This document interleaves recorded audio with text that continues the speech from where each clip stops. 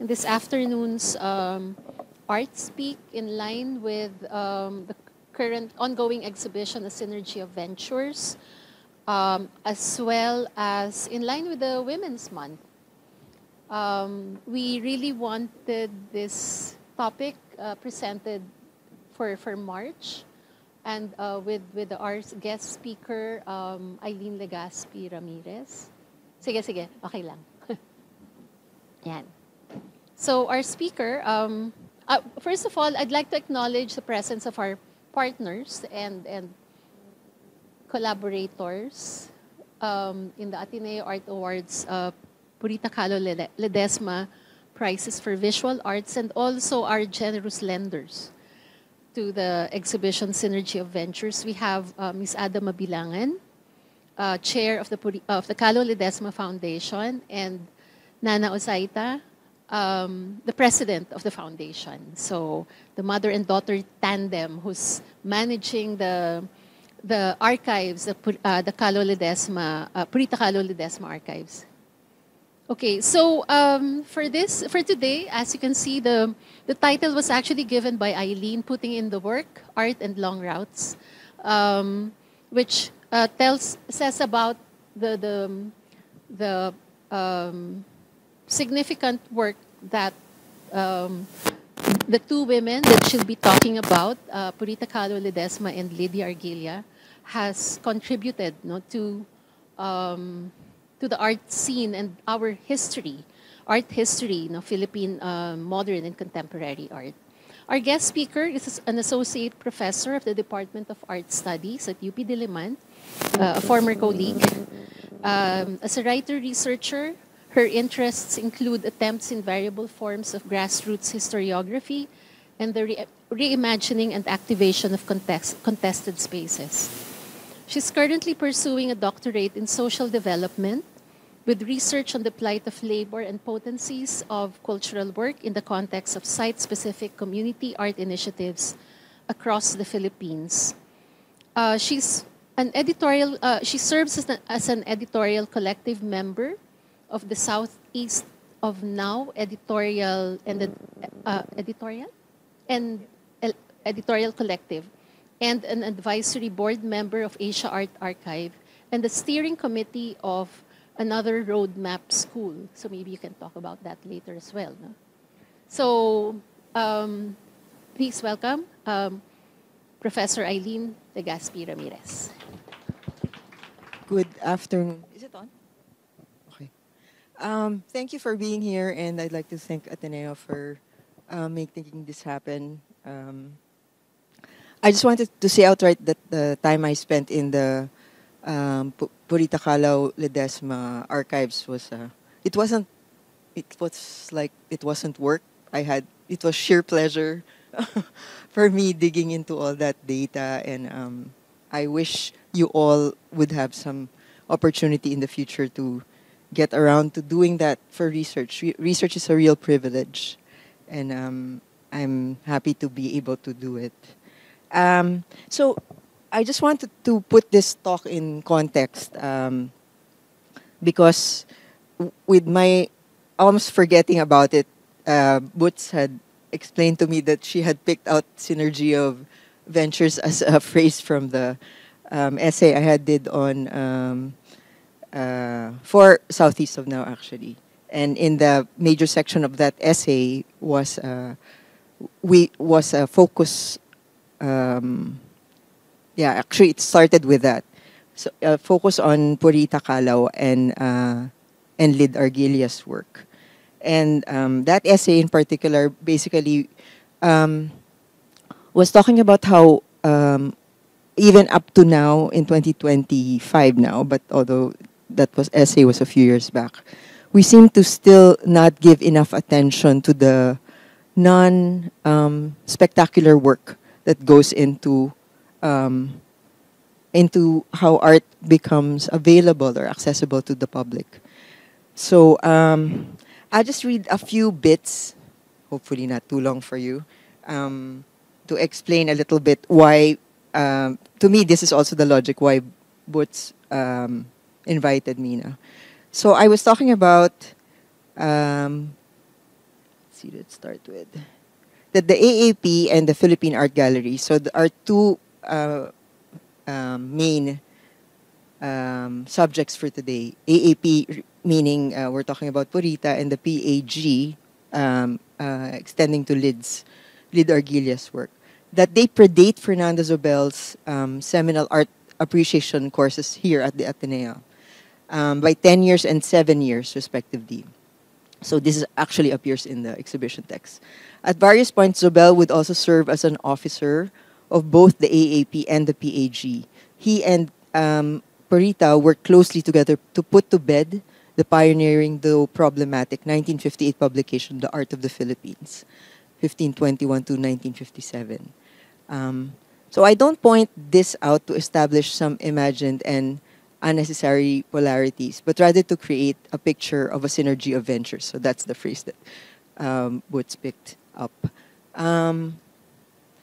So for today, what I really wanted to say was I'm not out here to make out the two formidable women as heroines, because we don't really need to do that. They're forces of nature in and of themselves, and I don't really need to play all of that up. But I still wanted to kind of help us, including myself, think about how what they were doing at the cusp of Philippine modernism becoming such a, in a way, publicly accepted, how that plays into what we're coming up across today, those of us who are working in art and culture.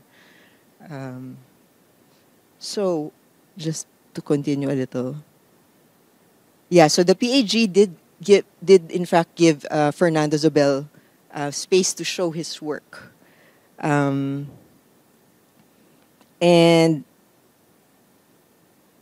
yeah, and Purita also recognized how the AAP and PAG tandem stood as a backbone to the flailing, kasi hindi pa siya katanggap-tanggap na modernist movement.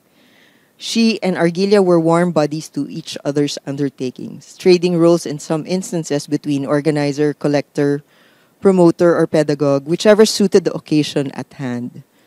So parang silang Batman and Robin in a way. No?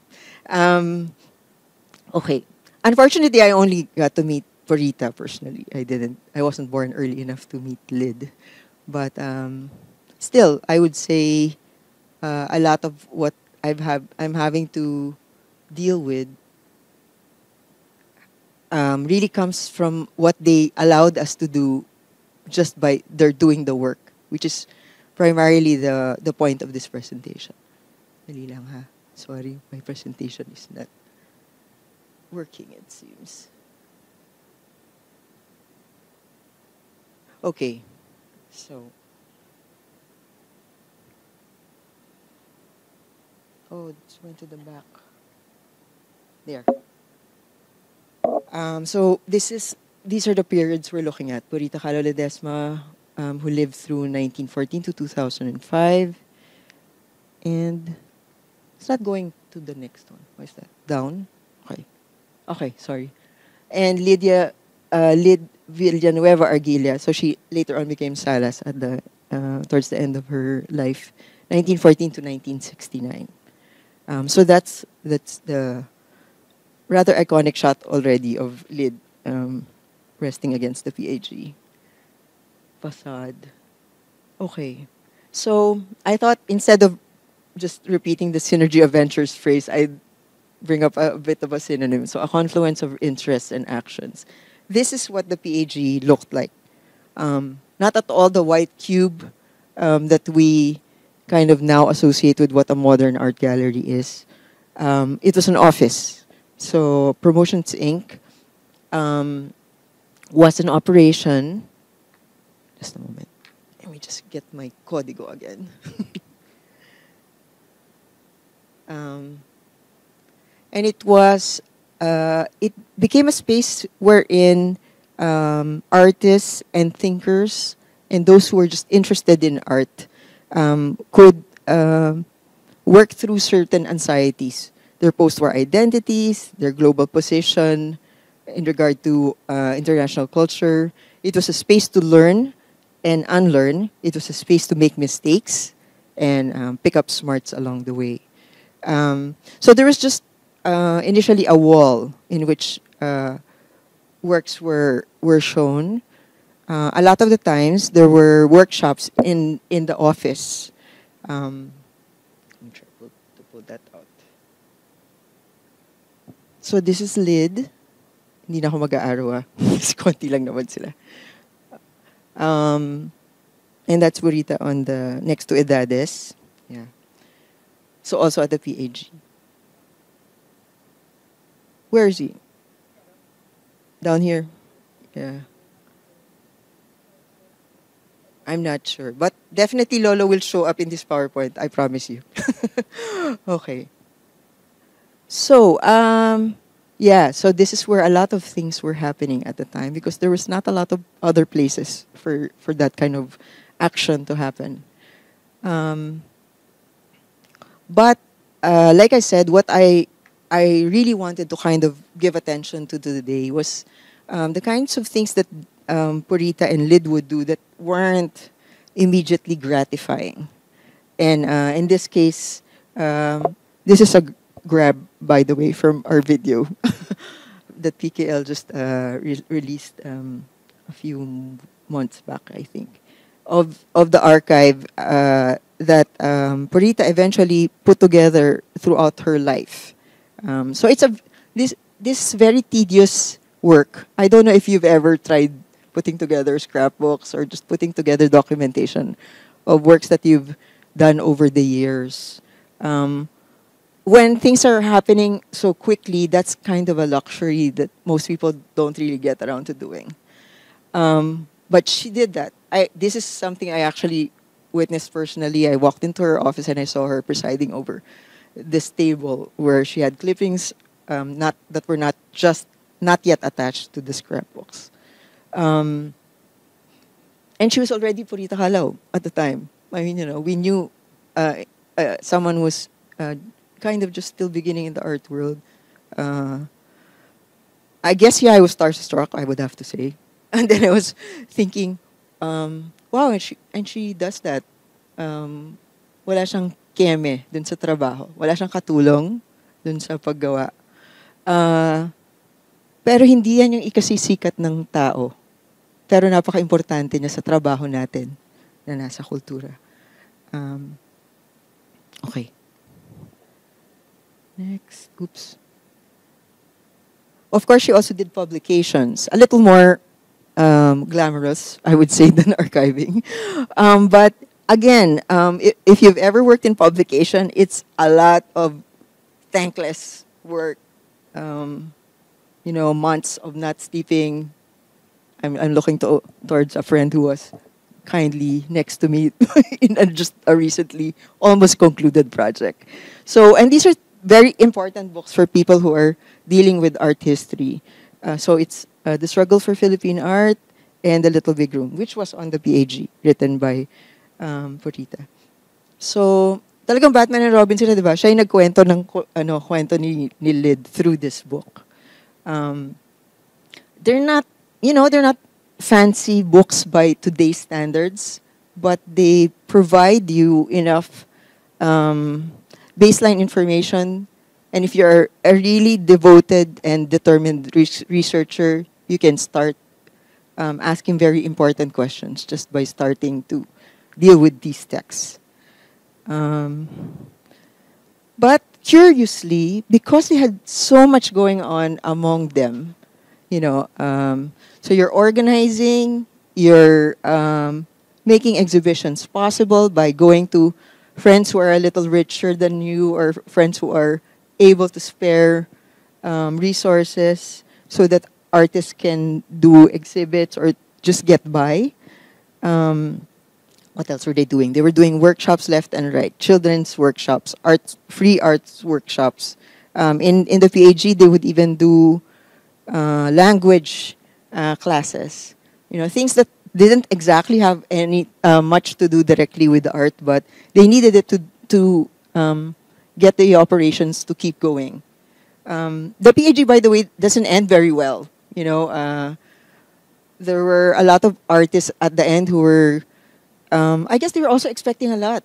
from these women. And when you're doing so much and you don't have a whole complement of people around you, you're bound to fail on a lot of things. Anyway, so the reason I bring up this slide is because I wanted to show you that they did actually do work themselves. So this is Camia flowers in the. It's on show, right? In or hiniram ba to? Yeah, yeah. I don't remember now. Ano, building. Yeah, yeah. Okay, so so that's Lid's work. To my mind, that's the best one I've seen so far. Who knows what will, you know, creep out of the woodwork in a few more years. Yes, yes. Oh, yes, I saw that. Yeah. And then this is still on, yeah. Yes. So these are sculptures that Purita produced herself. On the right. So yeah, that was a bit of a surprise to me. I didn't really know about that either. But so obviously they're interested in art, but it wasn't so uppermost in their minds that it was the be all and end all of their work as cultural workers, which they didn't call themselves yet at the time, by the way. Anyway, so I wanted to just fish this out because it was a rather articulate way of Lyd talking about what they wanted to do at the PAG. And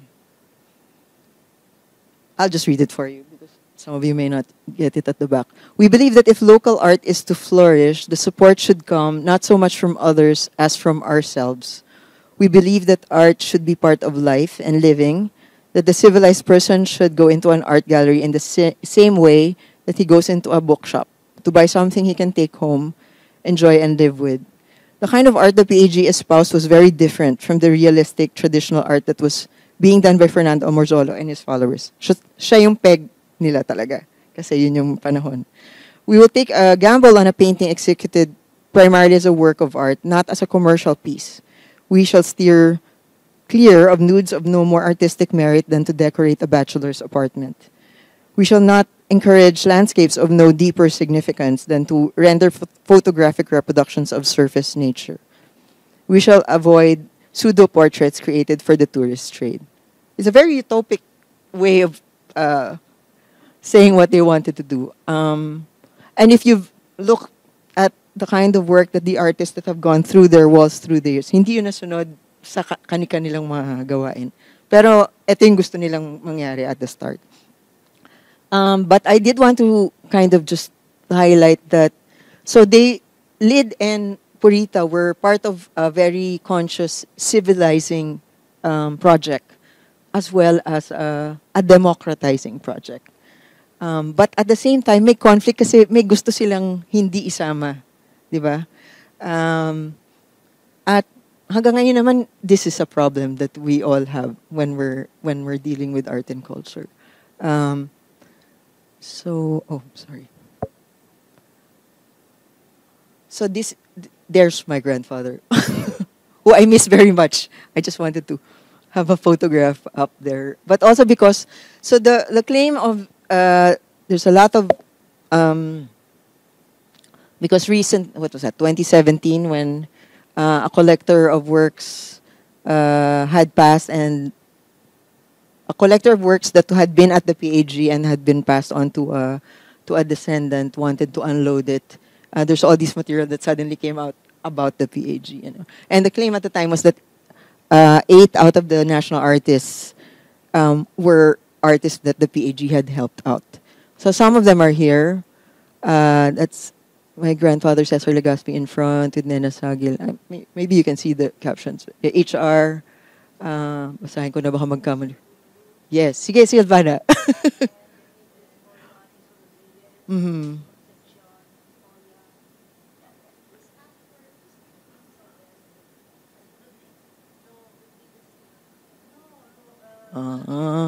Yeah. Yun ang nakalagay. That's what it said. Or unless nagkamali sila. Yes. Yes. Well, you know, captions have been wrong. We can always check this out. Right. Anyway, so, yeah, but see, at the time, if you were an artist, binanggit na nga ni, ilang beses ilang beses ito ni Purita when she was being interviewed. At the time, pag nag-uumpisa kang maging, o gusto mo maging artist, sasabihan ka na, mahina ba yung ulo mo? O kayo talagang mga hampas lupa? In other words, mababa yung pagtingin nila sa mga gustong pumasok sa sining. I remember when my grandfather got his National Artist Award, he said, ang tingin nila sa amin dati, para kaming kaminero. So, naramdaman ko yon bilang apo, kasi nung towards the late 60s, matanda na siya. Tsaka lang siya nag-full-time kasi marami silang anak at kailangan niya yung itawid lahat. At kaya lang siya nag-umpisa at nagkaroon ng lakas mag-full-time kasi yung tatay ko na panganay, sinabi sa kanya, okay na, papa, ako nang bala. So, hindi madaling maging artist nung panahon na yon. At yung pagkakaroon nila ng lakas at enthusiasm na tulungan yung mga artists, sa tingin ko, hindi yun dapat maliitin. Yun yung isang punto na gusto kong sabihin. So, in both cases, what they would do was they would enable practice. They would enable work. So this is like one of the PAG raffles, where they would get, a winner would get a work for 50 pesos nga yata, kung tama yung naalala ko. So ngayon parang baryang-barya yun, di ba? Parang, pero nangyari yan when we were doing some authentication work of my grandfather. There was a work that came out of that process that had come out of one of the raffles. Tapos dahil hindi siya naiintindihan nung nakakuha, ginawa siyang pantabing sa kulungan ng manok. So, I mean, you can imagine the state of the work by the time it got to us. But these are the stories of the modernists at the time. So hindi naman rin puro hype yun, yung kwento nila. Nangyayari talaga. Ano pa? So ito they would hold classes in the PAG. So this is Benny Villanueva, who's a dancer. So, and the ones who were taking the classes were the artists themselves. So it was a very conscious, direct project for self-education. Because at the time, and again, all the literature about the period says this, they felt this very real and heavy anxiety about not being occurrent. Hindi sila makasabay sa mundo. Kailangan silang maghabol. Kaya ito yung isa sa mga ginagawa nila. And of course, this is the international exhibition that Arguilla made possible. This is the panel for H.R. Ocampo. And then this is the panel, this is a photo of Napoleon Abueva and Jose Hoya's representation at Venice in 1964. So these things happened despite the fact that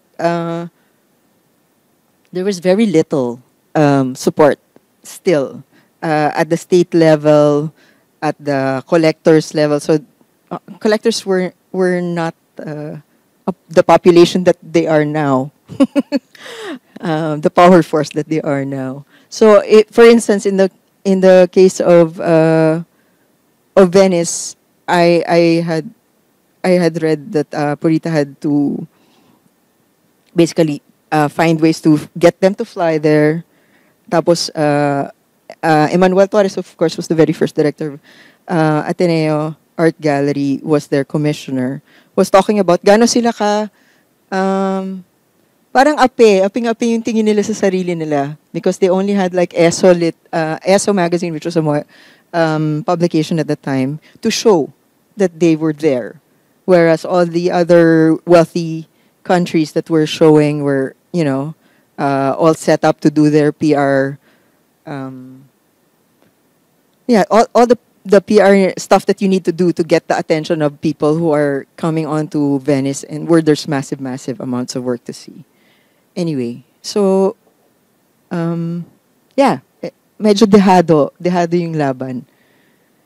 But, so, my thinking is that how can we look back at the imagined promises that both Purita and Lid obviously were counting on in regard to what art could do.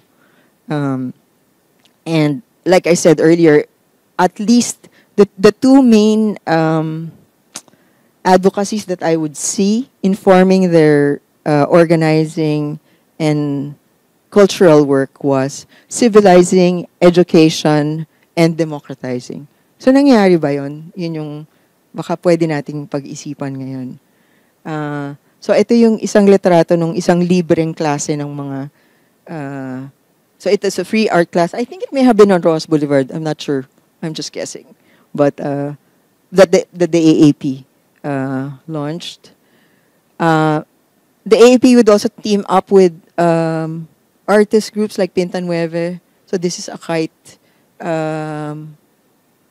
initiative. So kasama dito sina Roberto Fileo, Pinta Nueve, among others. No? Kasi bukod pa dun sa mga binagyan natin kanina na civilizing, democratizing, at what did I say? Like popularization was the very strong impulse to find their own voice, and that translated into the materials that they would use, the themes they would render in their works, including the mode of work. No? So, and that also plays into sino ang makakagawa ng art. Kasi kung anong materials yung nagiging katanggap-tanggap sa mga tao. Una, hindi pa nga katanggap-tanggap yung art, tapos babaguhin mo pa yung materials na ginagamit. So, to me, it's kind of serendipitous but also instructive that when Purita did The Struggle for Philippine Art, towards the end of the book, she used, that's actually two photographs, no? On top is the bottom part of a photo of Napoleon Abueva running for a constitutional seat. Of course, he lost. This was in 1971. And then below is a photo of artists picketing the Shell National Art. Was it already called the National Art Competition? But the Shell painting competition in 71, because they felt, they would call it now art washing. No? But at the time, they were talking about it being a distraction dun sa mga mas malalaking issue ng bansa. Okay. So, kaya ko rin to binibring up kasi in the course of my doing research on both Purita and Lid, I've also been confronted with the question of, but they were privileged women. This is why they were able to do this kind of work and research. But, and I've given that a lot of thought. And it's true because research really does require you to step out of a zone of work. So there is privilege there, but it was not, I would argue, it's not the only thing that defined why they kept doing what they were doing. There was obviously a very sincere and earnest belief in what art could do. And I believe that's what drove them all the way through the end of their lives to keep doing what they were doing. Of course, Purita by the 80s had stepped down from the AAP. Other leaders had come into the tama ba yun? 80s, no? If I remember correctly. So there's that's an indicator na na gumalaw kasi hindi na lang sila yung pwedeng maging opisyal at mamuno at meron ng mga ibang pag-iisip tungkol sa sining. Lid, by the end of her life, became a diplomat. And she ended up in Geneva, no? And she passed away there. But in both cases, I would say they were not only artists, and not only organizers. They were extremely incessantly curious women. In Lid's case, when she left for the Rockefeller grant, so it was city planning, it was also a creative course, and I think there's some leadership aspect to that mode of study. And then with Purita, of course, she also took up the mantle of her family and presided over the real estate business. And but in either case, they were forced to reckon with in regard to the kinds of the things that they tried to do.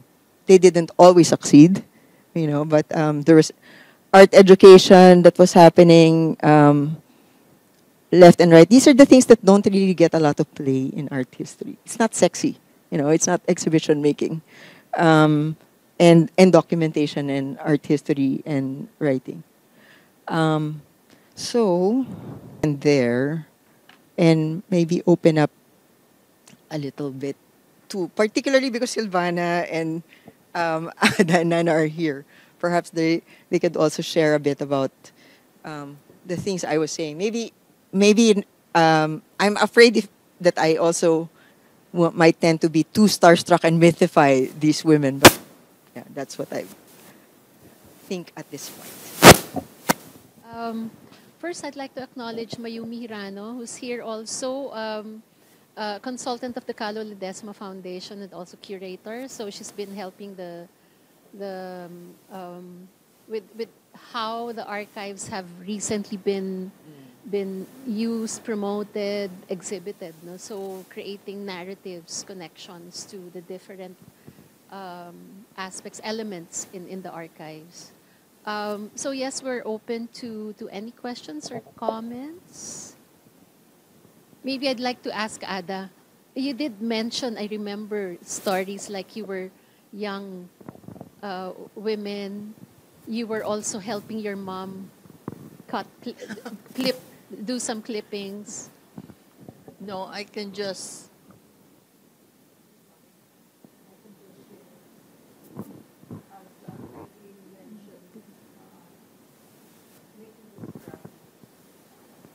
Okay, making the scrapbooks is very tedious work, but my mother learned it from her father, Teodoro M. Kalaw, who was the first director of the National Library. And he was a historian and intellectual, and he had a scrapbook too, so he taught her how to do it. And one of my earliest memories was after dinner, after they would clear up the plates, she would use the dining table and she'd bring out her scrapbooks and the piles of clippings that she would do and start pasting.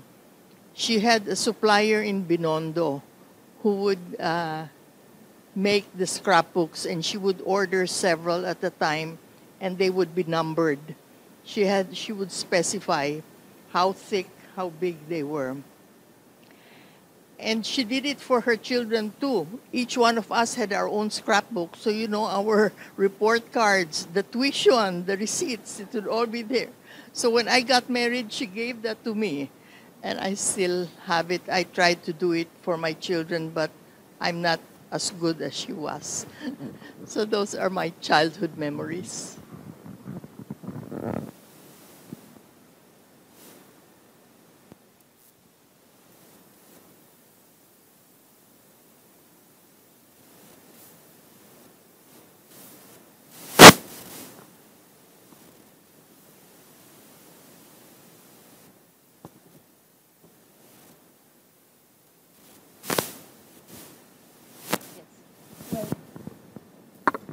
When I arrived in the country, I found the necessity, since I started Silvana, you can stand up. Okay. Yes. When I came out, when I arrived here in the country, that was in 1971, and I started really taking my first course. I went to work.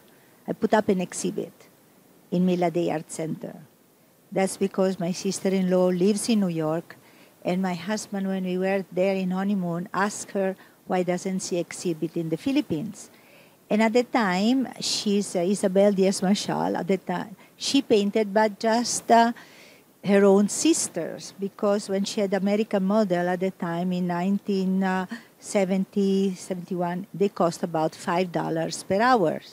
So since her sisters are extremely, they are Gloria Diaz and all her sisters are extremely beautiful girls, but also people that she knows very well. So she painted figure at the time. So she thought Philippine will not be interested in her exhibit because of the subject she was painting. But my husband convinced her this differently. So I was tasked at the time that it was only 2 years and a half that I was in the country, so I did not know anybody.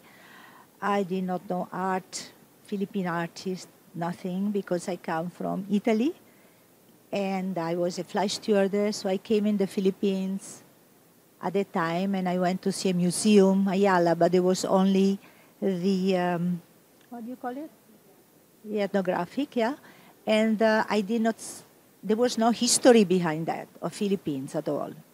And so we made this exhibit. The exhibit was a very successful one. And in the same time, the owner of the gallery, we sold out, asked me if I wanted to work. At the time, I was a mother of one child, Ilag Diaz. And so I said, yes, why not? Because the life in the house, I was extremely restless, did not fit me at all. Being a stewardess, having gone around the world twice already by the age of 23, I wanted to see the world. I wanted to have the adventures. So I accepted. After 6 months, Ayala, the lease of the quad at the time was changed, and they wanted much more money for the lease. So many galleries had to close. I mean, there were only two. There was Quad by Alejandro Roses and Milade Art Center that was also a school. So I felt so heartbroken that I went to my best friend that I still have, Cristina Pagaspa Sagedon, and cry. I said, you know, I love the work. I love the work. I feel so happy about it. Because I felt a prisoner, I have to tell you. As a woman in 1971, you cannot drive, I could not go in public buses because my family don't. There was 10 girls, there were 2 cars, there were 2 drivers, and me, I was left in a house. So, of course, it was like, you know, I was choked again. And so my friend said, oh, never mind, let's open up a gallery. I give you 20,000. So I went to my father-in-law, who is a businessman, very successful. So I crying, and he said, okay, I give you 20,000. But this is the worst investment I ever made in my life because I like modern art. And this is all born Galleria 2000. I was me, another girl, and Christy, she was supposed to give me to know the public. She was very well, she knew a lot of people. When we opened the gallery, after 2 years, I realized that I wanted to know the arts. And I went to the Saturday group. Tani Nuida, Oni Bolmedo were my closest friend, and Rudy Samonte. They brought me to the Saturday group. And I was always there every Saturday. Plus, I participated in Wednesday group, Thursday group, Friday group, because I needed to get really to know the arts. And slowly, I realized that I wanted to know the books. There were no books. I did not know where to get information, except from the Saturday group and the different.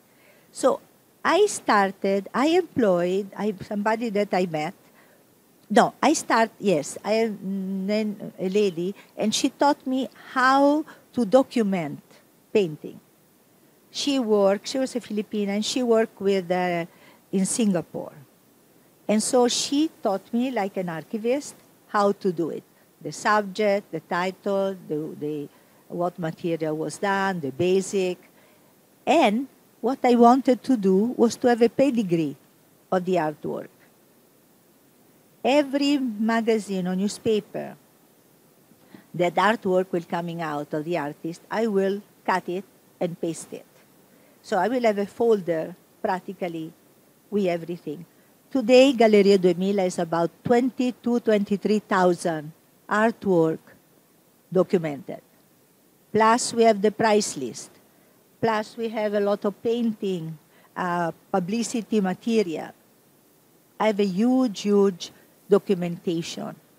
I thought that the Filipino and my children should be very knowledgeable about the identity of their country, the history. Also, at that time, I realized that Filipino were really not so much, except for a few patriotic, proud of being Filipino. They will say, I am Filipino. Their major figure was the American. Everything that America does was really everything. And I'm very proud of my ancestry. And I wanted my children to be extremely proud and knowing of their ancestry. My children, I did not make them Italian. I could have made them Italian. I could have placed them in an international school. But I thought that the Filipino school, Ateneo, will be extremely good to give them a nationality. But apart from documenting, it's super, super important because that's where you get the weave of your country, the pattern. Who are the great men that give you freedom? They give you education. They gave you legend. All of this is something that has to be kept.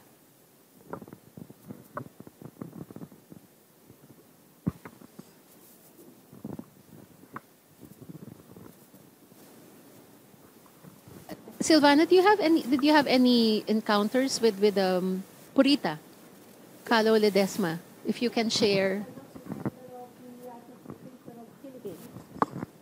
I become life member of the Art Association of the Philippines. So sometimes they have great directors, sometimes they don't. And I tell you why. Because an artist is not really the best person to make accountability, organization. It needs really somebody who has a certain organizational mind. But at the time, they wanted to be independent and by themselves.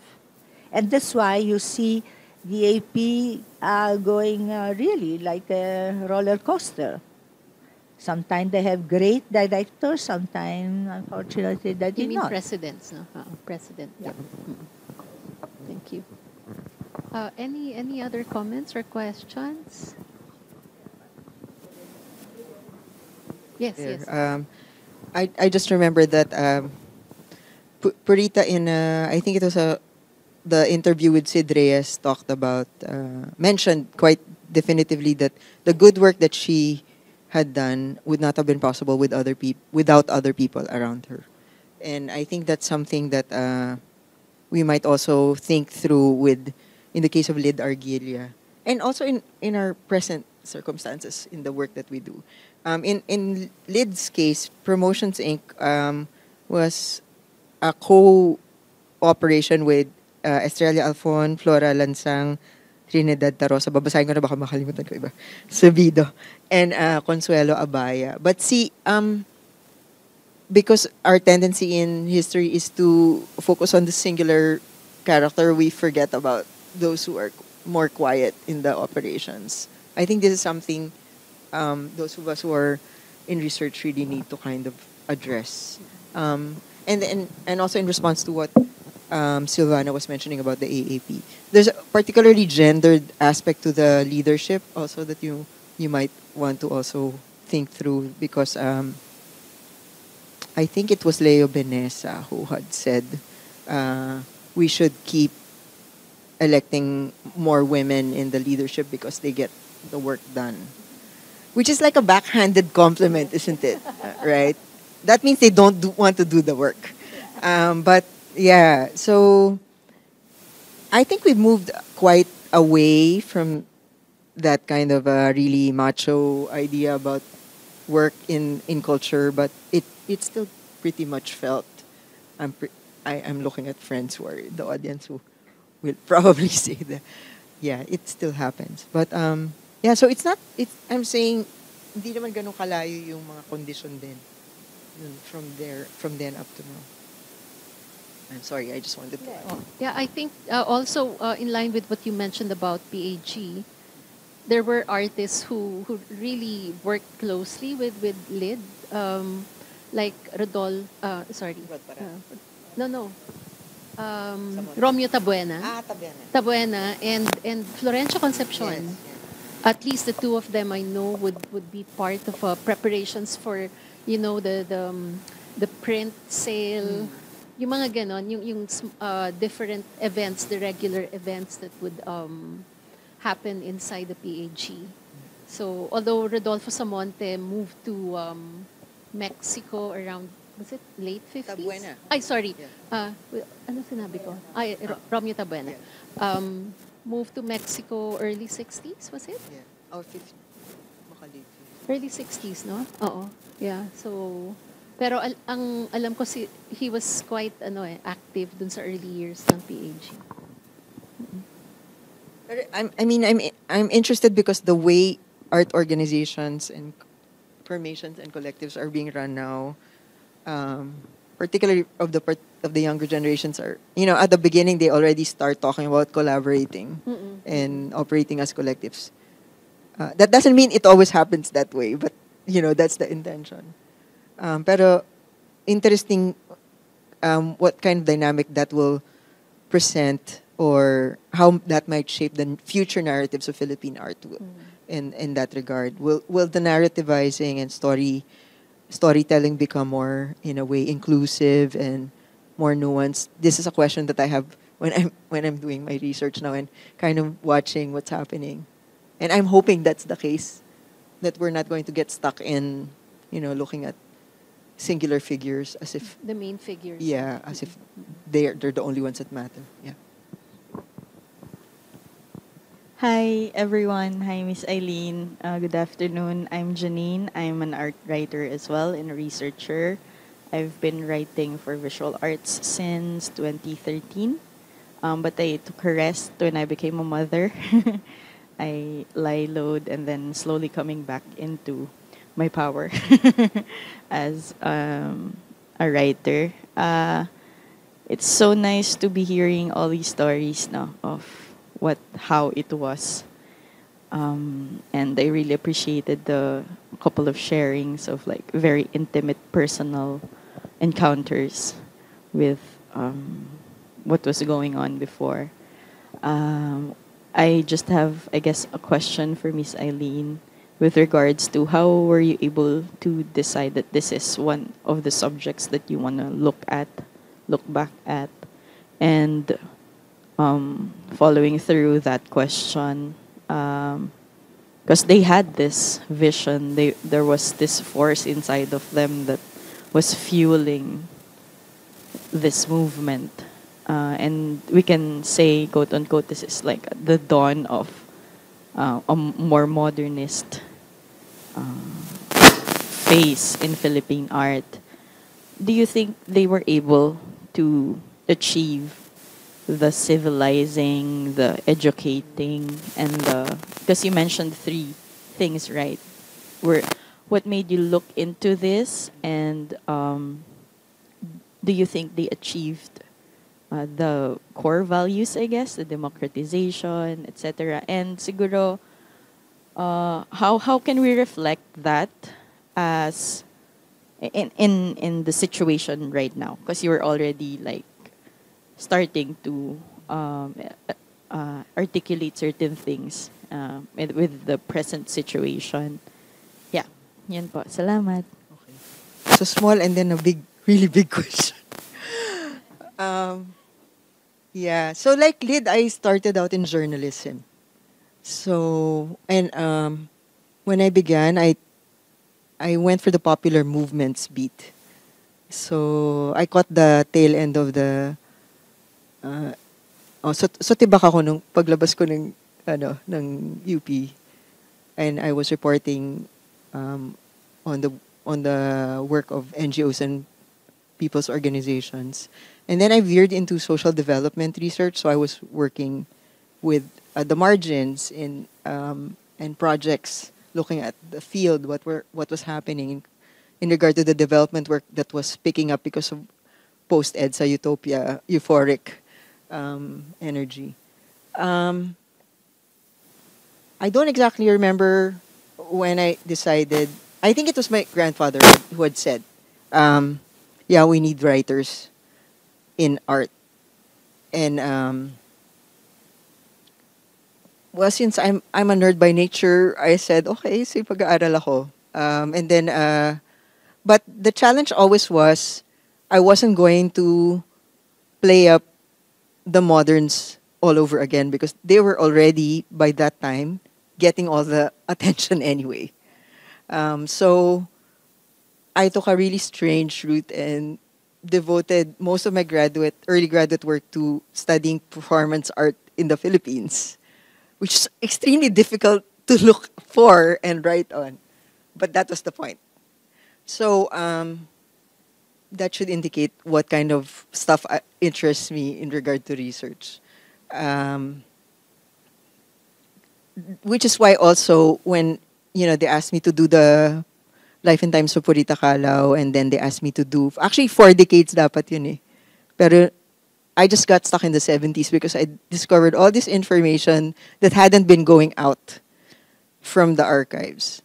So I think that's really the challenge for those who are writing and wanting to not just play into the cliched narratives and formulaic thinking about Philippine art. So that's my quick answer to your first question. The second one, parang ibang buong conference dapat yata yun, ano. Pero I'll try to answer it quickly. Did they succeed in the... Diba parang hanggang ngayon pinag-aawayan pa natin yun. Civilizing kasi comes with all the baggage of post-colonial anxiety, diba? Ibig sabihin, yung mga namuno at naghari sa atin, silang mas nakakaalam kung paano tayo dapat maging tao. I would say their generation were really kind of struggling with that. Hindi sila ideologically rigid, as we can easily say and read. Pero meron silang mga kasabayan na mas ideologically aligned. Like I know for instance, when I was scanning through my grandfather's books, there were a few materials from Hernando Abaya. Yeah, so so I mean, kaliwang-kaliwa yun. Ilang beses siya na torture at nabilanggo. Of course, in the course of going through Purita's archives, may mga na-discover rin ako tungkol sa kay Consuelo, di ba? Yung mga ganun. Kay Connie.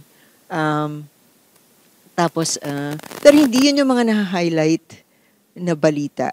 Kasi nga, yung narrative nakatutok dun sa sino yung sumikat, sino yung mga primary figures. Pero nakakalimutan natin, hindi buo yung storya pag yun lang ang tinitingnan natin, di ba? Kasi marami nangyayari sa paligid. So, yeah, I would say the project is continuing. That's up to us, right? Who are still living now. We still yun nga, wrestle with the idea of popularization, for instance. When today, namamayagpag yung idea ng creative industry at ang battle cry lahat ay artist, lahat content creator. Ano ibig sabihin nun? Paano yung mga naniniwala noon na naniniwala sa virtuosity, sa mastery, sa pagkikinis ng trabaho? So, yan, di ba yung nakita mo yung banggaan sa sa pag nakikita mong nagsama-sama yung mga artist. So, patuloy, di ba? Patuloy yung pagtatanong, I would say. Kaya, at kalahok tayo lahat sa pag-discover ng paano yun sasagutin. Yun. Sana nasagot kita, Janine. Salamat. Hello? Hello? Hello? Meron? Okay. Salamat, Ma'am Eileen. Tanong ko lang, if yung research mo rin also looked at their own involvement in the critical landscape of the time. I remember when I was in PKL, way before the pandemic, I encountered this particularly interesting exchange between Arguilla and another writer na hindi ko na maalala about something about how Lid was trying to contest how this writer was describing this painting by H.R. Campos, like acid green, something like that. No. Oh, there's actually that H.R. clipping Campo here. ba? It's The the Ricaredo de paintings here. Matillo. Ah. So yung pala yun. Yeah. So it's here in the exhibit. In the exhibit. So yung kumbaga that kind of involvement as well, it's a small fraction within the whole critical landscape. But I think Lid and probably Purita also had that kind of involvement even within that critical landscape. So I was wondering if you encountered any other instances then, or Na nagsasagutan sila. nagsasagutan, or like even within the writing, within that other publications aside from the books. Nung time na yun, mga broadsheets, magazines, ganun. Off the top of my head, of course, the big debates that got lots of play publicly were the modernist conservative debates, diba?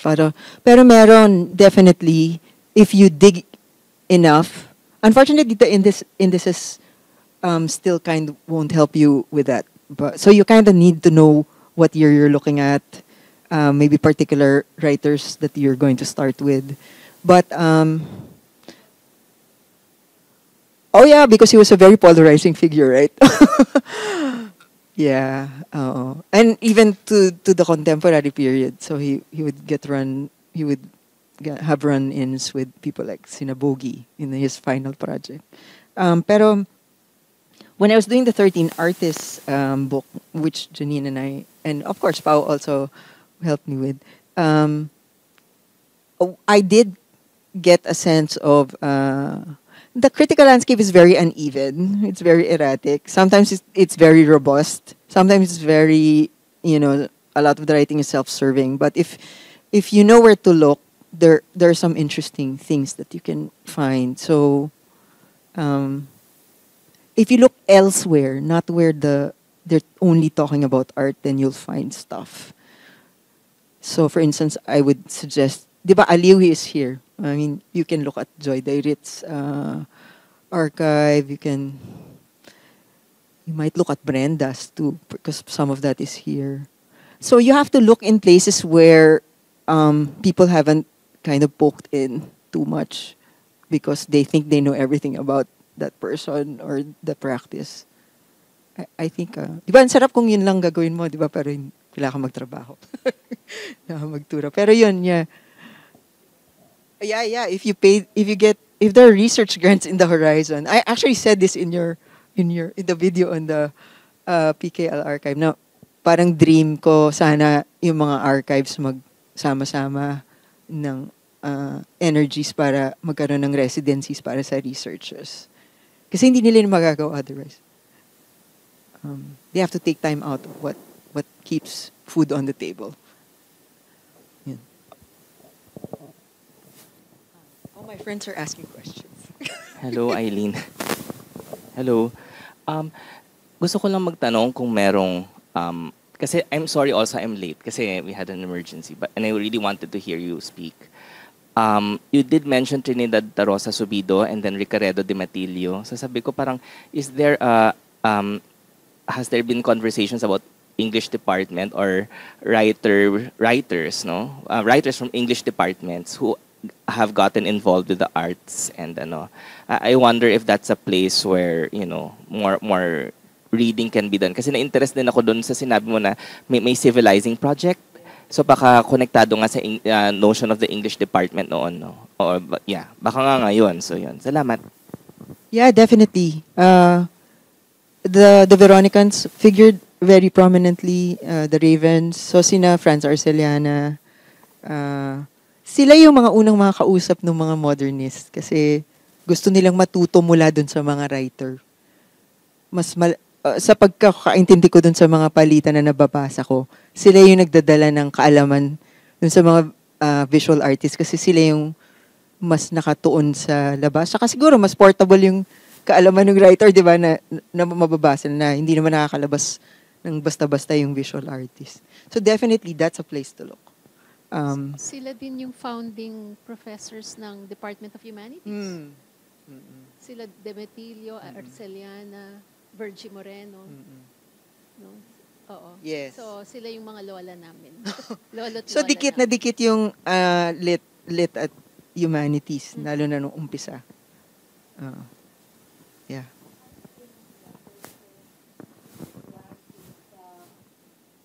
Diosdado Lorenzo had a lot to do with modernism because at the time when there were at the time where there were the Edades, Ocampo, Botong, he came inside from Italy, where he came in with his way of painting. Yes, was painting traditional subject, but his stroke were extremely modern.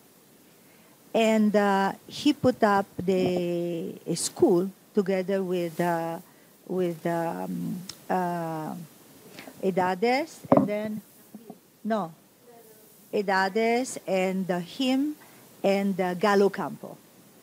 They put up a school, a class. It was a private club where they will paint. And then he left because he felt that the Filipino public were not really respectful of the artist. They will take it like pintor of the wall instead of be painter and to be respected. Like in Europe, there is more respect for anything that has to do with artistry because it's a gift, it's something that is precious. So he went to Hong Kong, and in Hong Kong, he put up a atelier of modern art. And then he taught in UST when he came back because there was cholera. He came back and he taught in UST. And if you look at his painting, the early period, you will see his stroke are exceptional. And he was one of the group that formed the 13 modern. He has a lot to say because he was a teacher, an educator, and he had great experience. May dagdag lang ako kay Nico na alala ko. Maganda ring intersection na basahin o tingnan yung intersection ng lit at theater. Kasi lalo nang medyo fresh kasi sa utak ko yung 13 artist research kasi nga kakagagawa lang namin. Doon kasi sa mga unang batches ng 13 artists, may marami pang nasa theater. Binuksan nila yung dulong spasyo nung main gallery, ang tawag nila end room. Tapos sa mahang dulo yung tawag nila kasi nga nasa dulo sila. So, nandun yes.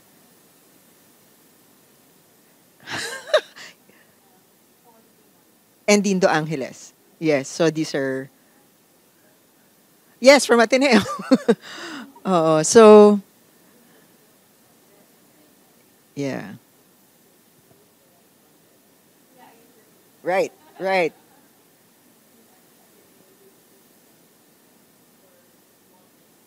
Mm.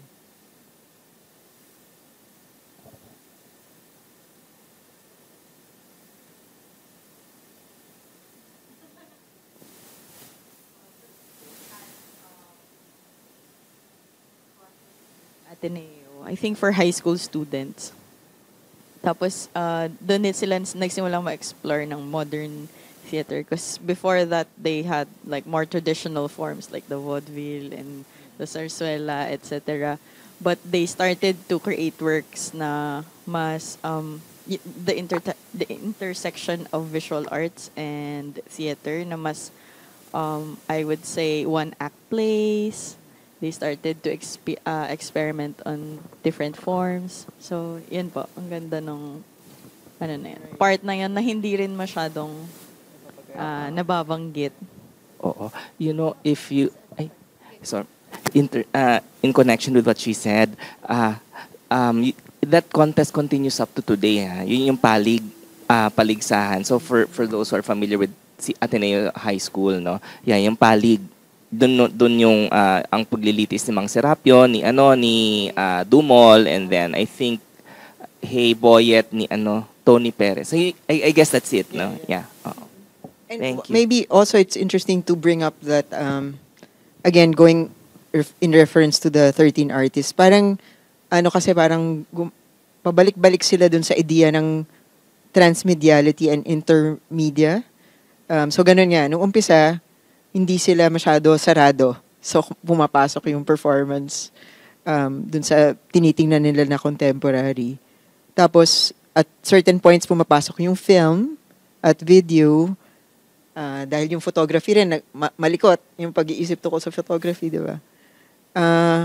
Nakikita ko yan sa mga formation ngayon, di ba? Yung hindi interesado dun sa pagsasara ng forma. So, maganda rin yun, parang tingnan, bakit ba kasi nagsasara, nagbubukas? Ano yung, saan nanggagaling yun?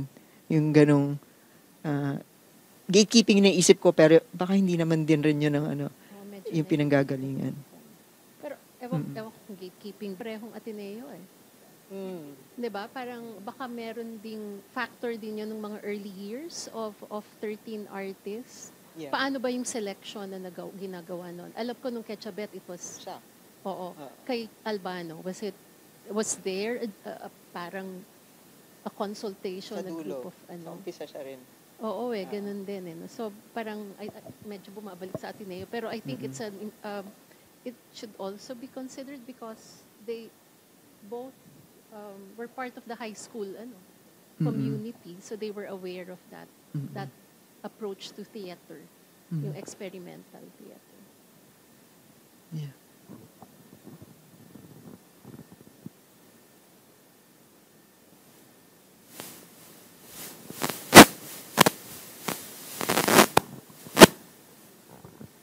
Hi.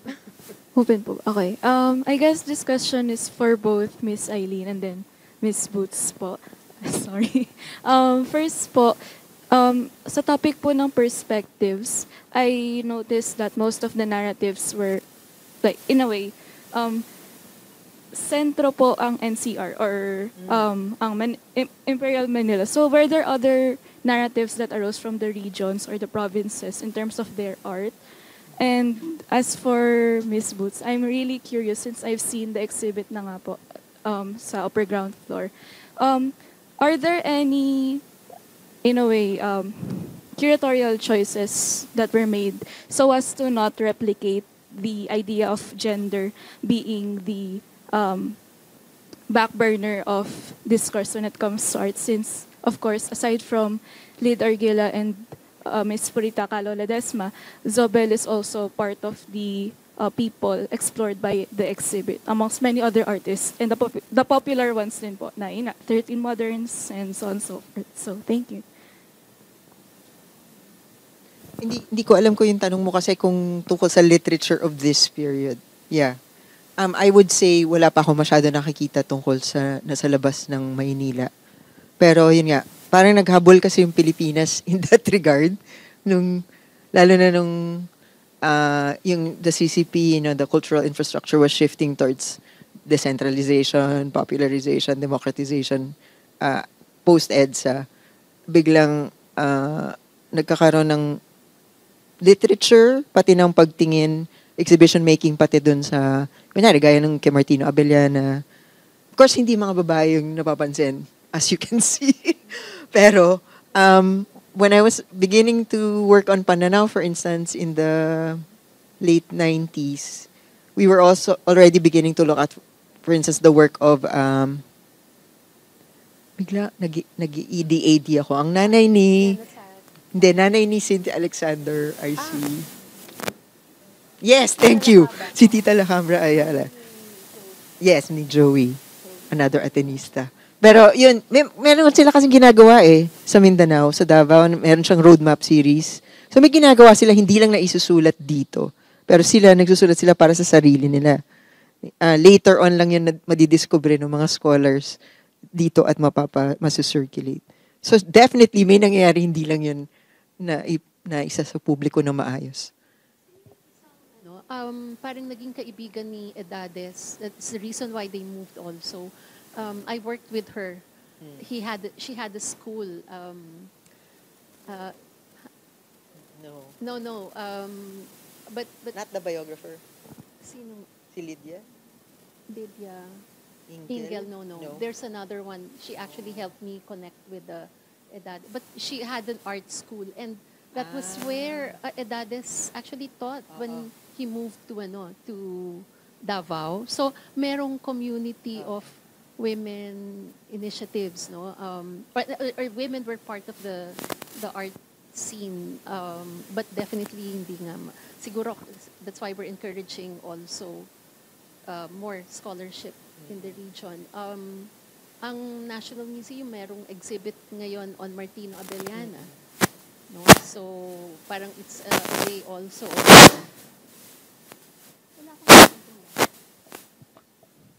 Pero naghahabol pa talaga, di ba? There's nothing on Nena Lungay, for instance. Pero napaka-importante ng artist. Maraming... So, palit tayo. Hindi. Maraming trabaho pa. Regarding the question, maano ba?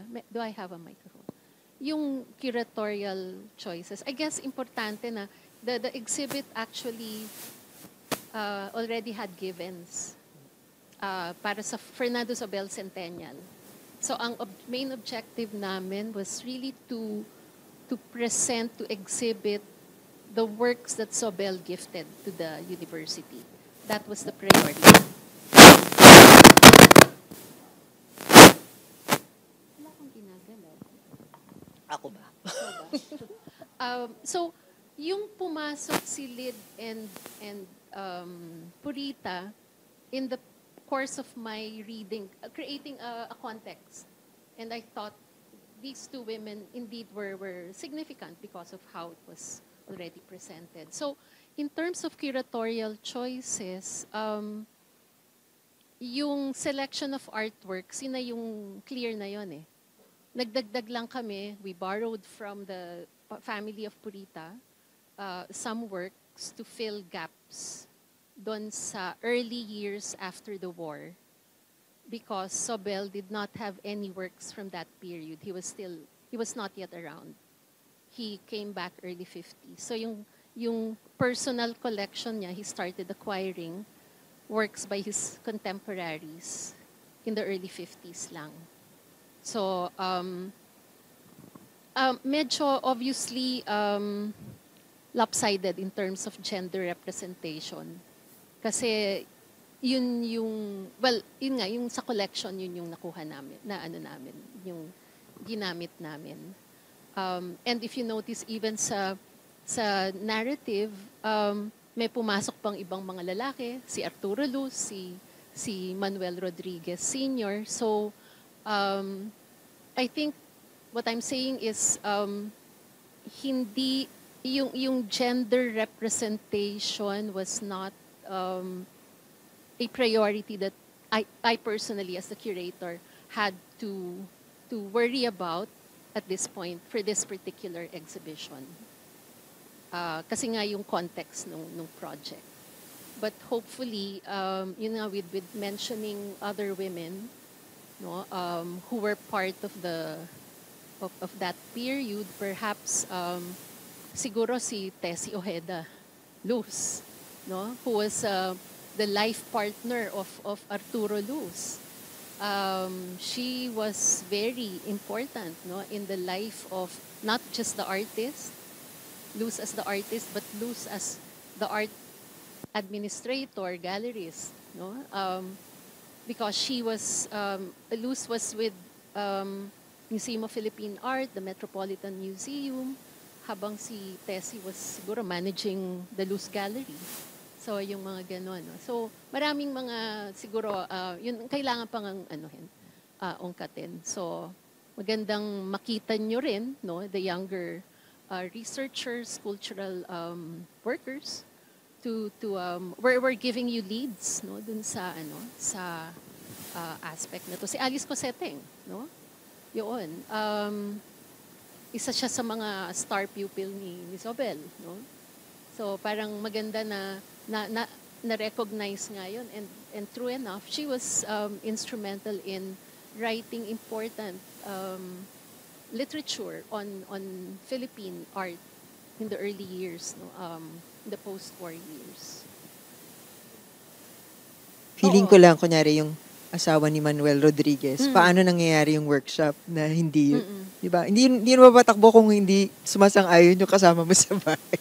Kahit yung lola mo, I remember, Of course. si Tita Betty, lagi ko Oo. yung naririnig when I first started going around galleries. So, siguro maganda may research on wives of artists and, di ba? I guess that's an important, parang part of the history, the narrative. And I'm wondering, your father, he was very instrumental in allowing your mom. Yeah, it was your mom who didn't want her to take art.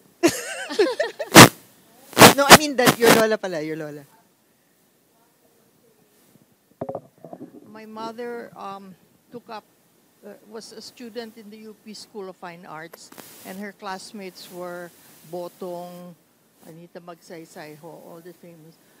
But her family was very conservative. So after high school, she went to University of Michigan and studied interior design for 1 year. And when she came back, her parents said, okay, we've given you what you wanted. Now you have to be serious. No more art, because art was not considered something that a young lady would you choose as her career. That's why she went to organizing, because she could not be an artist full time. But as you said, my father allowed her. And I think it's good to acknowledge that also, that you don't do everything just by yourself. You need the support of your family and your friends and the people that you surround yourself with. But there was one thing, she was also a businesswoman. My mother, she was a very good businesswoman. But she always said, I will make money from my real estate, but never from my art. That's why she never sold any of her paintings in her collection. She never sold. And that's also why a large portion of her collection she donated to a foundation that she made, so that even we, her children, cannot sell or make money from this collection.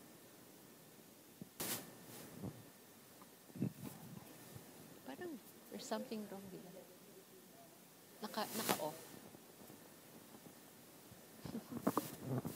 When I came here in 1971, I remember that I met my sister-in-law. They were all married. And they were saying that the woman has to, if she's not married by the age of 18, she's 21, she's already a spinster. And it was a lot of, like me, I wanted to go on the bus. I was blonde, different, dressed different. My mother-in-law will not allow. I wanted to drive. My husband will not allow. So I had to wait for him to leave the country and to go and take the license and then drive. Really, they were extremely severe, especially in the province. The woman was really, absolutely had no choice. So the intervention of women in many things is not you because they did not want. It's because society did not allow, except if you don't have a father so progressive. So our involvement is not really because we are not brought to it. Because look, we do everything. We can do so many things. Children, work, cleaning, buy. So we can do many things. But certain things we are not allowed. And society will penalize you at that time. Now, no more, but I'm sure in the province at the same time. It's difficult. Ladies, aren't we glad we weren't born earlier? Any more questions or? Yeah, so I think that was a good way, to end this session with acknowledging the leaps that women before us have done, no? And have contributed, no, to the field that we have decided to be part of, no? Especially the young, the students I see here, whether you're artists, you're creatives, siguro maganda ano natin, i-redefine natin yung what is creative industry, no, na hindi lang all about money, ano, pesos and centavos yung usapan, no, dun sa ano, sa ganung field. Okay? So on that note, we'd like to thank Eileen for sharing this conversation, this presentation with us. And it's also to encourage everyone to look into the archives of the Kalaw-Ledesma Foundation. The Galleria Duemila archives by appointment, if that's possible. Yeah. Yes. So Silvanus Gallery is actually the longest running gallery now, no, in the Philippines, celebrating 50 years this year. So it's something that she also has a dearth of ano to, parang a treasure trove in her office. Yes, she's one of the main supporters of Philippine art and culture. Yes, Nana. Yeah. Just want to add, if you want to visit the PKL Center, it's in Legaspi Village, Makati, and you can access the archives there and learn about, it's deep information from post-World War up to almost almost today.